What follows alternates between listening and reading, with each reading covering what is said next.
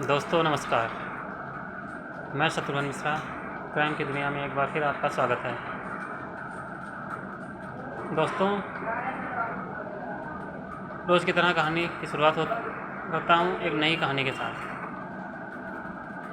10 दिन पहले Ayodhya police SP office में कटनी पुलिस अधीक्षक का फ़ोन आता है कि आपके अयोध्या मंदिर दर्शन के लिए एक सीरियल किलर जो है दर्शन के लिए आ रहा है, कृपया उससे गिरफ्तार करने की कोशिश करें।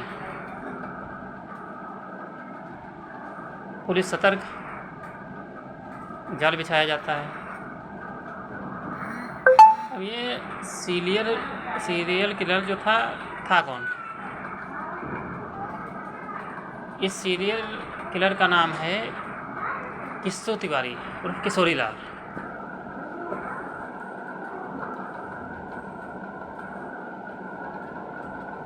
इसकी कहानी शुरुआत होती है 1978 में। किशोरी लाल जो था, ये तब नया लड़का, 18-20 साल इसकी उम्र थी। ब्राह्मण परिवार में इसका जन्म हुआ था। पूजा पाठ इनके पेशा था, इनके घर वालों का। तो इसे बिल्कुल शांति और सही तरीके से होना चाहिए, लेकिन ये उसका उल्टा था। ये सनकी दिमाग का गुस्सैल और बिगड़ैल लड़का था। इसी साल पहली बार जो झगड़ा हुआ 1978 में, भीम सिंधी से इसका झगड़ा हो जाता है और इसको माफ़ी मांगनी पड़ती है। लेकिन इसके अंदर उसके प्रति गुस्सा भरा होता है और ये भीम सोलंकी के ऊपर जो है जानलेवा हमला कर देता है। हालांकि बाद में जमानत मिल जाती है और ये छूट जाता है। फिर 1984 में जबलपुर गया हुआ था। जबलपुर में राजू से झगड़ा होता है।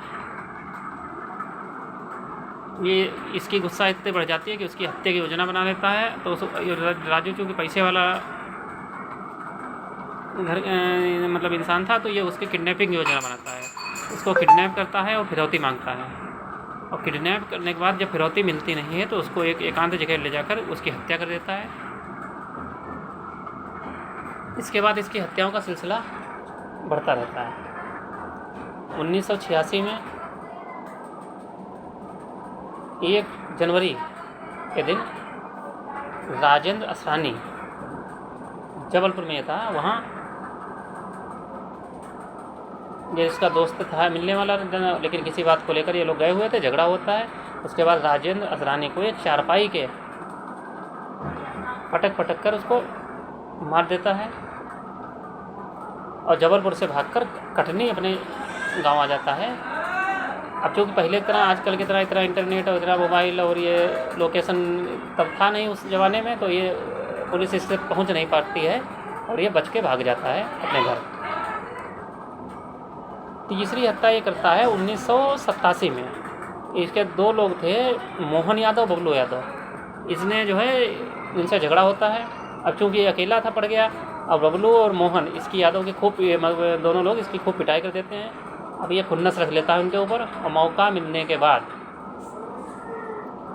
धारदार हथियार से इनके ऊपर हमला करता है और इन दोनों के दोनों हाथ काट लेता है।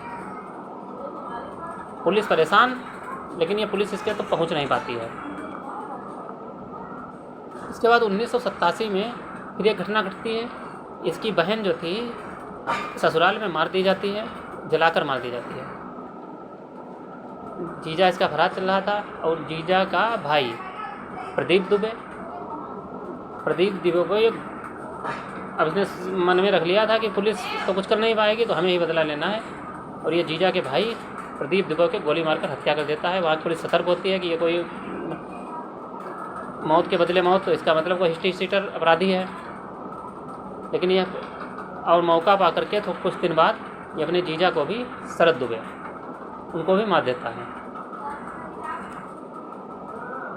अब 3 साल में इसने 4 हत्याएं और 2 लोगों के हाथ काट दिए।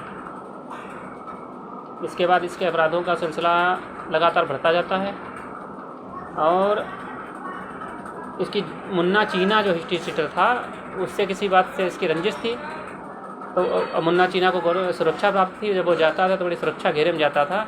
जेल में भी उसकी तबीयत बिगड़ती है मुन्ना चीना की और ये हॉस्पिटल ले जाया जाता है। वहाँ ये भेष बदल कर जाता है और पुलिस कस्टडी में मुन्ना चीना की हत्या कर देता है और इसके अपराधों का सिलसिला यूँ ही चलता रहता है। इसके बाद चलते चलते 2015 में एक बार ये आर्म्स एक्ट के तहत गिरफ्तार हुआ, लेकिन थोड़े दिन बाद ये पुलिस को चकमा देकर फरार। इसकी ज़िंदगी यूँ ही चलती रहती है।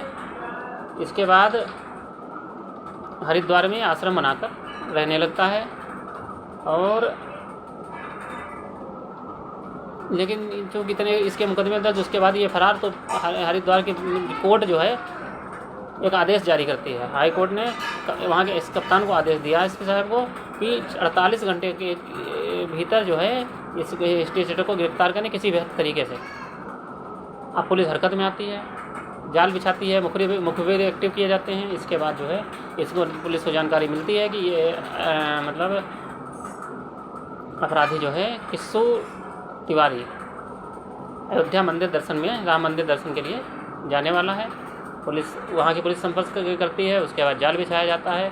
वहाँ पहले हनुमानगढ़ी जाता है, हनुमानगढ़ी से राम मंदिर दर्शन के लिए अयोध्या पहुँचता है और वहाँ पुलिस इसको अरेस्ट कर लेती है। यहाँ अपनी बेटियों के साथ आया हुआ था और ये गिरफ्तार कर लिया गया। और जिस समय गिरफ्तार किया तो वो एकदम इसमें उम्र भी हो चुकी काफ़ी और एक साधु के भेष में था, तो कोई भी ये नहीं अंदाज़ा लगा सकता है कि ये साधु के भेष में इतना बड़ा अपराधी सीरियल किलर छुपा हुआ होगा।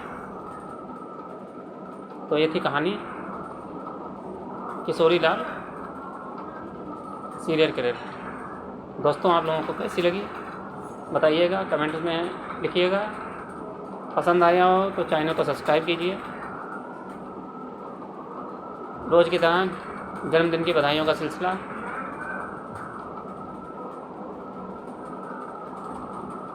ये रजनीश कुमार कन्नौज से हैं, उनका जन्मदिन है।